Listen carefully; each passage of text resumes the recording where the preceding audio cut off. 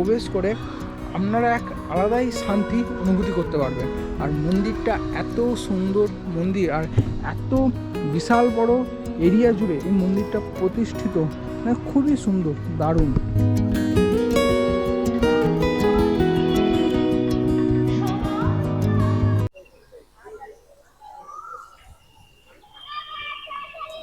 নমস্কার বন্ধুরা, আপনারা সবাই কেমন আছেন? আশা করছি আপনারা সবাই ভালো আছেন, সুস্থ আছেন। আমি সৌরভ, অফবিট ডেস্টিনির আরেকটা নতুন ভিডিওতে আপনাদের সবাইকে স্বাগত। প্রথমেই আমি তোমাদের কাছে ক্ষমা চেয়ে নিচ্ছি, কারণ বহুদিন হয়ে গেল আমি আমার ইউটিউব চ্যানেলে কোনো ভিডিও আপলোড করিনি, কিছু পার্সোনাল কিছু কারণে। এরপর থেকে প্রত্যেক সপ্তাহে আমি আগে যেরকম ভিডিও আপলোড করছিলাম সেরকম ভিডিও আপডেট তোমরা পেয়ে যাবে। তো আজকে আমি আপনাদেরকে যে জায়গায় নিয়ে যাব সেই জায়গাটা হচ্ছে গঙ্গার তীরে অবস্থিত প্রায় 150 বছরের পুরনো একটা অপূর্ব সুন্দর মন্দির। এই মন্দিরের কথা অনেকেই জানো, অনেকেই জানো না। এই মন্দিরে তোমরা কিভাবে যাবে, কখন যাবে, মন্দির কখন খোলা থাকে, তোমরা কিভাবে আসবে, সমস্ত কিছু ডিটেলস দিয়ে দেবো এই ভিডিওর মধ্যে। আর তোমরা কিভাবে যাবে সেটাও আমি এই ভিডিওর মধ্যে বলে দেবো। তো ভিডিওটা ভালো লাগলে অবশ্যই লাইক করে দিও, কমেন্ট করে দিও, বন্ধুদের মধ্যে শেয়ার করে দিও। আর চ্যানেলটা যাদের সাবস্ক্রাইব না করা আছে অবশ্যই সাবস্ক্রাইব করে আমাকে আশীর্বাদ করে দিও। চলো শুরু করছি আজকের পর্বের ভিডিও। এখন বাজে বেলা 11টা, আর আমি এখন এই মুহূর্তে পৌঁছে গেছি ব্যারাকপুর স্টেশনে। আর ভিডিওর টাইটেল দেখে নিশ্চয়ই বুঝতে পারছো আমি আজকে আপনাদেরকে কোথায় নিয়ে যাচ্ছি। আজকে আমি আপনাদেরকে নিয়ে যাচ্ছি দ্বিতীয় দক্ষিণেশ্বর মন্দির, অর্থাৎ মা অন্নপূর্ণার মন্দিরে। তো তোমরা কিভাবে আসবে প্রথমে বলে দিই। মেন ল্যান্ডমার্ক হলো ব্যারাকপুর স্টেশন। শিয়ালদা থেকেও ব্যারাকপুরে চলে আসতে পারো, সোদপুর থেকে ব্যারাকপুরে আসতে পারো, বা যে কোনোভাবেই তোমরা ব্যারাকপুর স্টেশন, অনেকেই জানো ব্যারাকপুর স্টেশনে চলে আসবে। আর এই ব্যারাকপুর স্টেশনে নেমে তোমাদেরকে অটো ধরতে হবে। চলো রাস্তায় যেতে যেতে তোমাদেরকে আমি বলে দিচ্ছি তোমরা কিভাবে যাবে। আমি ব্যারাকপুর স্টেশনে নেমে, ট্রেন থেকে নেমে 1 নম্বর প্ল্যাটফর্মে চলে এসেছি। 1 নম্বর প্ল্যাটফর্ম দিয়ে আমি বেরিয়ে যাব। তো আপনারা ব্যারাকপুর স্টেশন থেকে বেরিয়ে এই যে সোজা রাস্তাটা, দাদা বৌদি বিরিয়ানি পেরিয়ে প্রায় 2 মিনিট হেঁটে আপনাদেরকে যেতে হবে। তারপর আপনারা অটো পাবেন। স্টেশন থেকে নেমে প্রায় 2 মিনিট হেঁটে আপনাদেরকে আসতে হবে। তারপর আপনারা টোটো স্ট্যান্ড পাবেন, বা যারা বয়স্ক মানুষ আছেন ওনাদেরকে সব থেকে ভালো ব্যারাকপুর স্টেশন নেমেই সামনে আপনারা অটো পেয়ে যাবেন। সেখান থেকে আপনারা অটো রিজার্ভ করে নিতে পারেন, কিন্তু আপনারা অবশ্যই সেখানে বার্গেনিং করে নেবেন। তো যেখানে গান্ধীজির মূর্তি ছিল ওই রাস্তা ঠিক বাঁদিকেই একটুখানি এগিয়ে তোমরা দেখতে পাবে অটো স্ট্যান্ড। অটোতে চেপে আমি চলে এলাম গান্ধী মোড়ে। আপনাদেরকে অটোতে চেপে বলতে পারো গান্ধী মোড়ে যাব। গান্ধী মোড়ে নেমে রাস্তা ক্রস করে আপনারা চলে আসবেন ডান দিকে। ডান দিকে একটা রাস্তা সোজা চলে যাচ্ছে, ঠিক আছে? সেই রাস্তাটা জাস্ট 2 মিনিটের হাঁটা পথ। যারা হেঁটে যেতে পারবেন না, রাস্তা পেরিয়ে দেখতে পাবেন অটো স্ট্যান্ড আছে। মন্দিরে যাওয়ার জন্য আপনারা অটোতে করে চলে আসতে পারবেন। তো আপনারা কি বুঝতে পারছেন জানি না, আমি কিন্তু সামনেই একটা বিশাল বড় বজরংবলীর মন্দির দেখতে পাচ্ছি। মূর্তি আছে, বিগ্রহ আছে। চলুন দেখাই। এই রাস্তা দিয়ে যেতে যেতে কিন্তু অনেক মন্দির আপনারা দেখতে পাবেন। তো বন্ধুরা, মা অন্নপূর্ণা মন্দির যাওয়ার লোকেশানটা আমি আরেকবার বলে দিই। এই রাস্তাটা ধরে আমি 3 মিনিট হেঁটে এসেছিলাম, ঠিক আছে? সোজা হেঁটে এসে এখানে একটা মোড় দেখতে পাবে। একটুখানি এগিয়ে গেলেই একটা ল্যান্ডমার্ক তোমরা দেখতে পাবে। ডান দিকে চলে যাচ্ছে গান্ধীঘাট, আর বাঁ দিকে চলে যাচ্ছে অন্নপূর্ণা মন্দির। এখানে বোর্ড লাগানো আছে। তো বাঁ দিক দিয়ে কিছুটা এগিয়ে গেলেই সামনে দেখতে পাবে অন্নপূর্ণা মন্দির।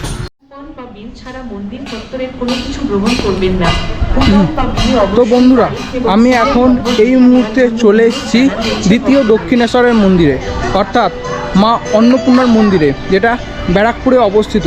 তোমাদেরকে আরেকবার শর্টে বলে দিচ্ছি তোমরা এই মন্দিরে কিভাবে আসবে। শিয়ালদা থেকে বা যে কোনো জায়গা থেকে ট্রেন ধরে চলে আসবে ব্যারাকপুর স্টেশন। ব্যারাকপুর থেকে টোটো রিজার্ভ করতে পারো, বা ব্যারাকপুর স্টেশনে নেমে 1 নম্বর প্ল্যাটফর্ম থেকে বেরিয়ে 2 থেকে 3 মিনিট এগিয়ে গেলে পেয়ে যাবে টোটো স্ট্যান্ড।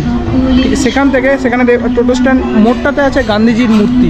সেখান থেকে অটো ধরে চলে আসবে গান্ধী মোড়ে। সেখান থেকে জাস্ট 5 মিনিটের হাঁটা পথে এই এত সুন্দর নবরত্ন বিশিষ্ট মন্দিরে তোমরা চলে আসতে পারবে। আমি এখন মন্দির চত্বরের ঠিক বাইরে আছি, আর তোমাদেরকে এই মন্দিরে প্রবেশ করতে গেলে সবার আগে জুতো খুলে প্রবেশ করতে হবে, আর সেই জুতো রাখার জায়গাটা আছে এইখানে, ঠিক মন্দিরে প্রবেশ করার ডান দিকে। আর এখানে কিন্তু পার পার্সন 5 টাকা জুতো হিসেবে নেয়। এখানে লেখাই আছে এই স্থানে জুতো রাখুন। স্বর্ণদানের জন্য মন্দিরের অফিসে যোগাযোগ করুন। চলুন তবে মন্দিরের ভেতরে এবার প্রবেশ করা যাক। তো মন্দিরে প্রবেশ করার এটা হচ্ছে মূল গেট বা সিংহদুয়ার বলা যেতে পারে। আর উপরেই লেখা আছে শিব শক্তি মা অন্নপূর্ণা মন্দির, আর উপরে সিংহর মূর্তি রয়েছে, তো এটাকে সবাই সিংহদুয়ারও বলে। কোনো রকম পুজো নেওয়া হয় না।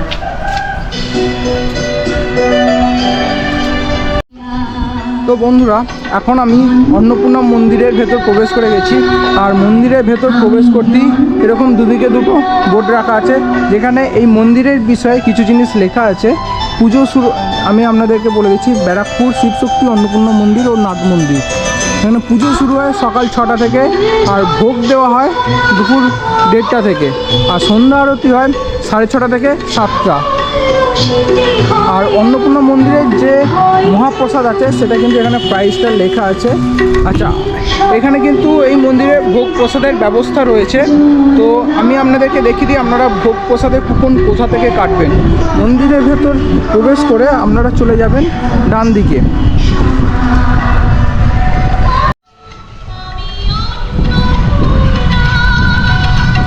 এই যে দেখতে পাচ্ছেন সামনে লেখা আছে গেট নাম্বার 3, ঠিক আছে, এটা হচ্ছে ভোগ প্রসাদ কুপন কাটার অফিস। আচ্ছা, অফিসের ভিতরে প্রবেশ করার আগেই আমি আপনাদেরকে দেখিয়ে দিই এখানে প্রাইসটা যেটা আছে। মহাপ্রসাদের ডিটেলস, মা অন্নপূর্ণার ভেজ ভোগ যার প্রাইস 120, মা অন্নপূর্ণা মৎস্য ভোগ যেটা 240, আর এটা অনলি ফর পার্সেল, ঠিক আছে। দিব্য মধুর প্রসাদ যেটা 100, আর বাদ বাকিগুলো প্রসাদ আছে।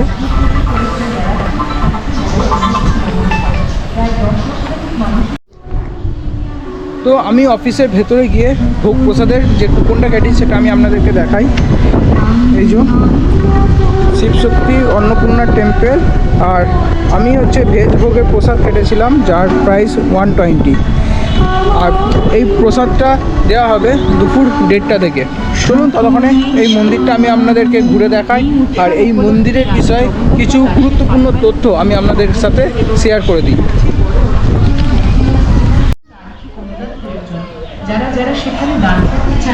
তো এই মায়ের অন্নপূর্ণা মন্দিরটি হচ্ছে নবরত্ন বিশিষ্ট মন্দির, আর এই অন্নপূর্ণা মন্দিরকে বলা হয় দ্বিতীয় দক্ষিণেশ্বরের মন্দির। আপনারা যখন এই মন্দিরের ভেতর প্রবেশ করবেন, পুরো ঠিক সেম যেমন দক্ষিণেশ্বরের মন্দির দেখতে, ঠিক সেই রকমই এই মায়ের অন্নপূর্ণার মন্দির।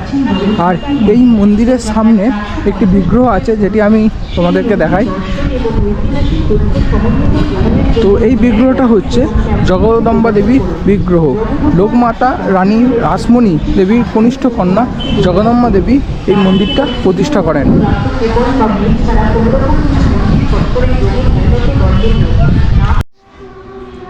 আর এটা হচ্ছে মায়ের মন্দির। মায়ের মন্দিরে ঠিক সামনেই রয়েছে নাট মন্দির। তো চলুন আগে আমি তোমাদেরকে নাট মন্দিরটা দেখাই, তারপর মায়ের মূল মন্দিরটা দেখাবো।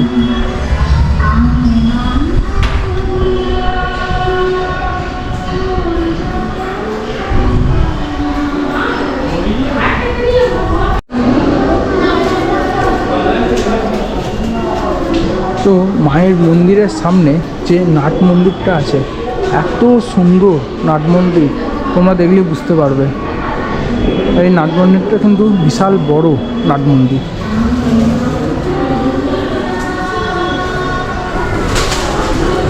আর এই মন্দিরের বাঁদিকে 6খানা শিব মন্দির আছে, সেটাও আমি তোমাদেরকে দেখাবো। এখন নাট মন্দিরটা দেখো, কি সুন্দর নাট মন্দির, যেমন সুন্দর মন্দির আর তেমনই সুন্দর নাট মন্দির।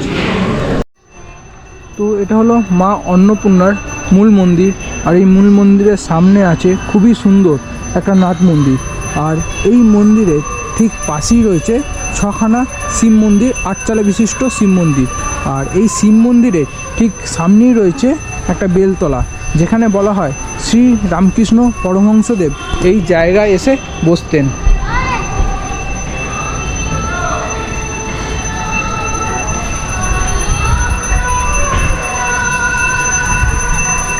তো চলো তাহলে ভগবান মহাদেবকে দর্শন করে নিই।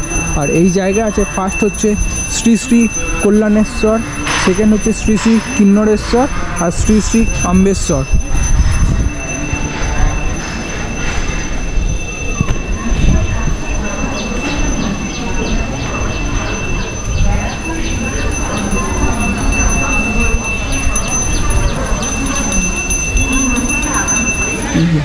হর হর মহাদেব।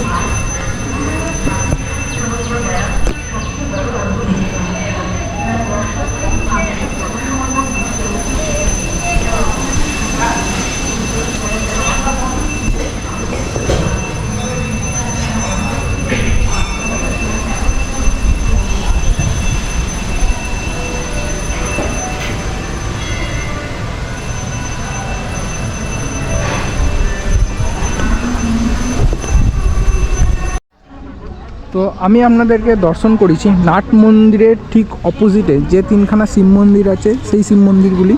আর এখন আমি আপনাদেরকে দর্শন করাবো তার ঠিক পাশেই রয়েছে আরও তিনখানা শিব মন্দির। ফার্স্ট হচ্ছে শ্রী শ্রী কপিলেশ্বর, সেকেন্ড শ্রী শ্রী কেদারেশ্বর, থার্ড শ্রী শ্রী কৈলাসেশ্বর। চলুন তবে মহাদেবকে দর্শন করে আসি।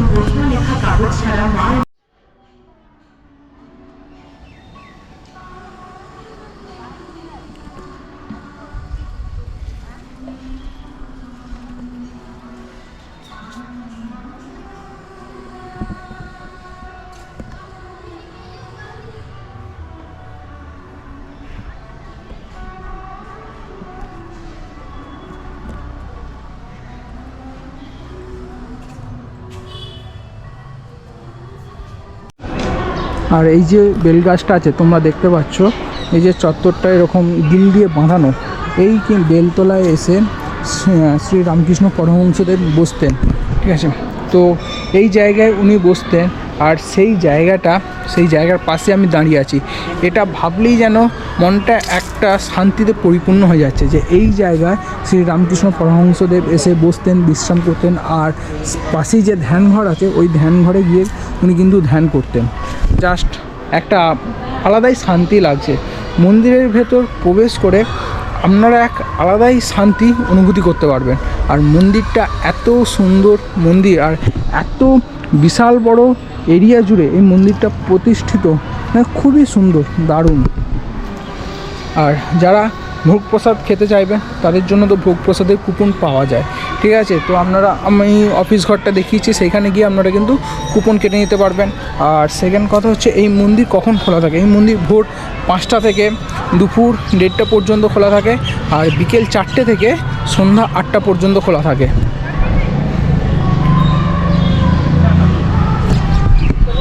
তো তোমাদের এই মন্দিরটা কেমন লাগছে আমাকে কিন্তু অবশ্যই কমেন্ট সেকশানে কমেন্ট করে জানিও। যারা আসতে চাইছো অবশ্যই কিন্তু চলে এসো, ভীষণ ভীষণ ভালো লাগবে। আর এই শিব মন্দিরের পাশেই রয়েছে ধ্যানঘর। চলো তবে তোমাদেরকে ধ্যানঘরটা ঘুরিয়ে নিয়ে আসি।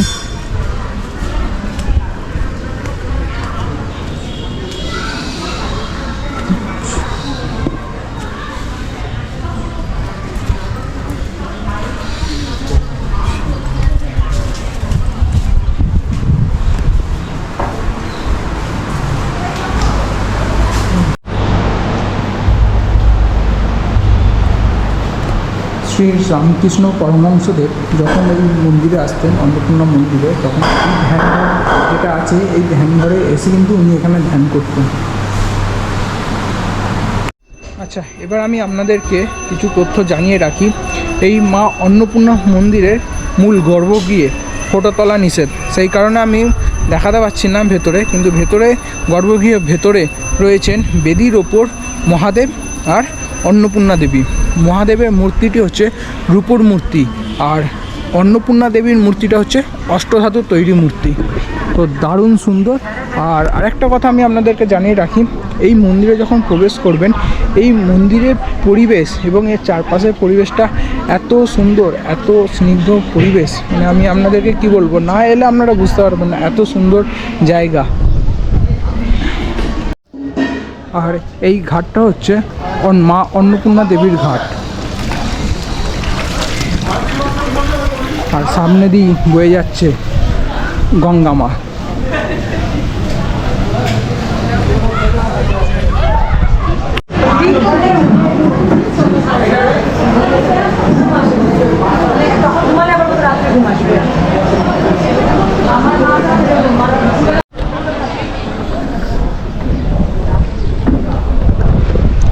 তো বন্ধুরা, এখন আমি মা অন্নপূর্ণা মন্দিরের প্রসাদ গ্রহণ করলাম। তো প্রসাদটা ছিল দারুণ সুন্দর। বিভিন্ন দিনে বিভিন্ন রকম প্রসাদ হয়। আজকে যেহেতু একাদশী, তাই আজকে প্রসাদে প্রথমে পোলাও, আলু ভাজা, তারপর খিচুড়ি, তারপর নবরত্ন একটা সবজি ছিল, মিক্স সবজি, তারপর পায়েস, চাটনি। প্রসাদটা দারুণ ছিল, পুরো পেট ভরে খেয়েছি। তো দারুণ সুন্দর পরিবেশ, দারুণ সুন্দর এই মন্দিরের ভোগ প্রসাদের ব্যবস্থা, খুবই সুন্দর সব কিছু মিলিয়ে। তো তোমরা যারা আসবে, তো 11টার মধ্যে অবশ্যই ভোগ প্রসাদের কুপন কেটে নিও, যারা ভোগ প্রসাদ খেতে চাইছো, ঠিক আছে। তো এই জায়গাটা জাস্ট ভোগ প্রসাদটা খাওয়া ছিল। তো ভোগ প্রসাদের সময় আমি ভিডিও করতে আমার অতটা ভালো লাগে না, তাই খাওয়ার পর আমি তোমাদেরকে বলছি।